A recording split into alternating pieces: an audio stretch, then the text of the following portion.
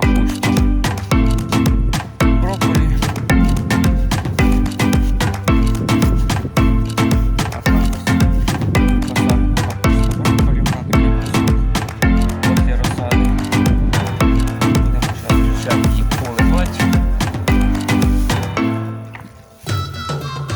Садю я її розсадою. Так. Дня 2 вона лежить, а потім стає і все хорошо. Ось все нормально, листя відходить вже.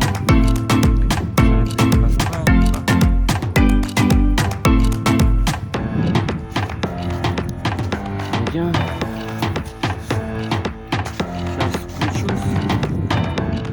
включу капельно и покажу вам.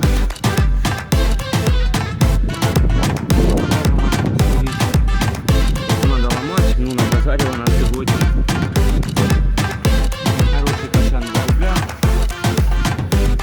Надо немножко наших покупателей немножко тырить, я вам скажу так. Уже слишком наглеют они. Хочу, щоб їм все віддавали даром.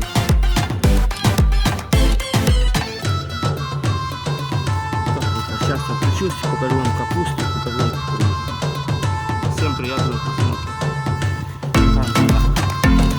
Кукуруза мега. Цей качан хороший.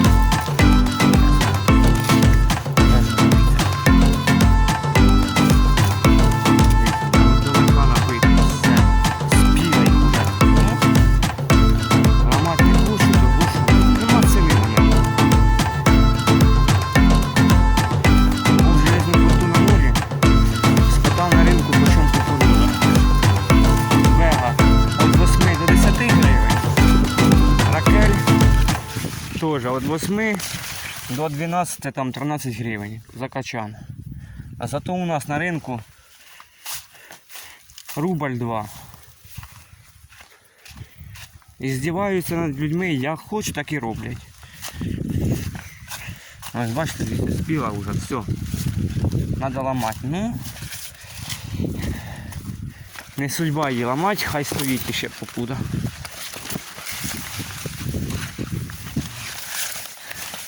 Ламати її можна було б, ну, ось, бачите, спіла вже вся стоїть. Вчора возив я ракель, 30 штук у сітки. Здав я її по 1,5 рубля. Отак от. Це капуста. Брокколі, яка саджена із-під ленти, не з касети, а з ленти. Ну, одійшла, да, листочок нижній присох. Нічого страшного.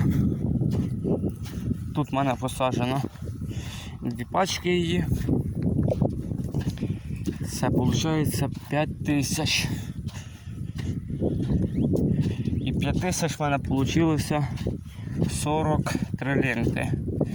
Десь по 30, ну, плюс-мінус 30 метрів капля. Отак от.